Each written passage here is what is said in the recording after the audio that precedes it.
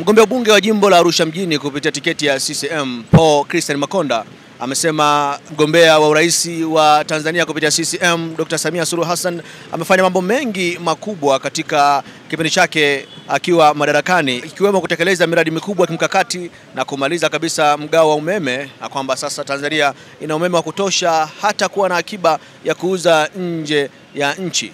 Makonda amewahoji wakazi wa Mwanza na wa Tanzania kwa ujumla ya kwamba wana sababu gani ya kutompigia kura Dr. Samia Suluhu Hassan na kusema kosa lake ni lipi mpaka asipigwe kura. Makonda amesema haoni haja ya Watanzania kumhukumu Dr. Samia kwa sababu ni mama mwema na mwenye utu.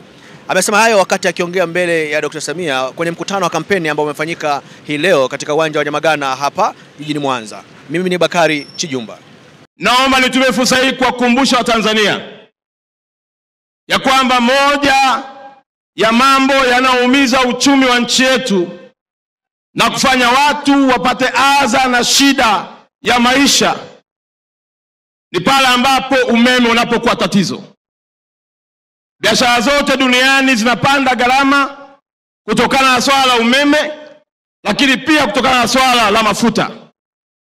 Ulipoingia madarakani ulikuta changamoto ya umeme ni kubwa, na changamoto hii iliwaumiza watu wa saluni, iliwaumiza watu wenye hoteli, lakini ilienda kuumiza zaidi ya watu wenye viwanda ambao ilifika hatua kwa umeme wa mgao walishindwa kuzalisha, na vijana wengi wakapoteza ajira kwa sababu ya kutokuwa na umeme wa uhakika. Daktari Samia, umekuta mradi wa bora Mwalimu Nyerere uko chini ya 30%, ukafunga mkanda zaidi ya trilioni 6.5 zimetoka na mitambo yote 9 inafua umeme, na Watanzania wamesahau kabisa mgao wa umeme.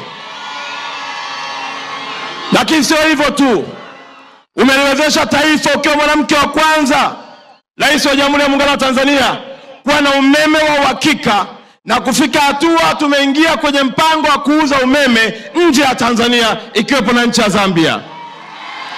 Kazi yako hiyo tukuka haiwezi kwenda bure. Lazima tarehe 29 Oktoba tukakupe kura za kishindo kwa wema wako na uaminifu wako kwa taifa letu. Leo hii tunao mradi wa Malagarasi, tunao mradi wa umeme wa jua Shinyanga, tunao mradi katika kila kona, iko miradi inaendelea mingine kuhakikisha kwamba Tanzania inauza umeme badala ya kuwa Tanzania yenye ugao wa umeme chini ya uongozi wako Daktari Samia.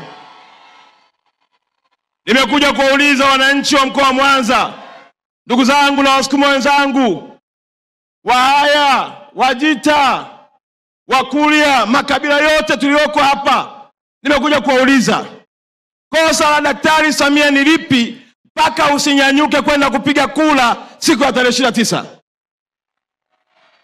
Amekosea kuwalipa fidia bilioni 104 wananchi wa jiji la Mwanza katika mradi wa SGR, ndio kosa lake.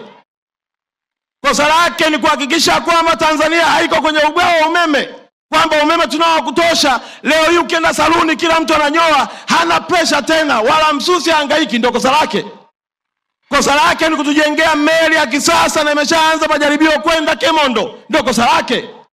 Kosa lake ni kuhakikisha kwamba daraja la JPM Magufuli linakamilika. Hilo ndio kosa la kuacha kumnyima kura. Nimekuja kuuliza ndugu zangu, kwa nini tunamhukumu mtu mwema, mtu mwadilifu, mtu mwenye mapenzi ya dhati na mtu mwenye utu kama Daktari Samia Suluhu Hassan?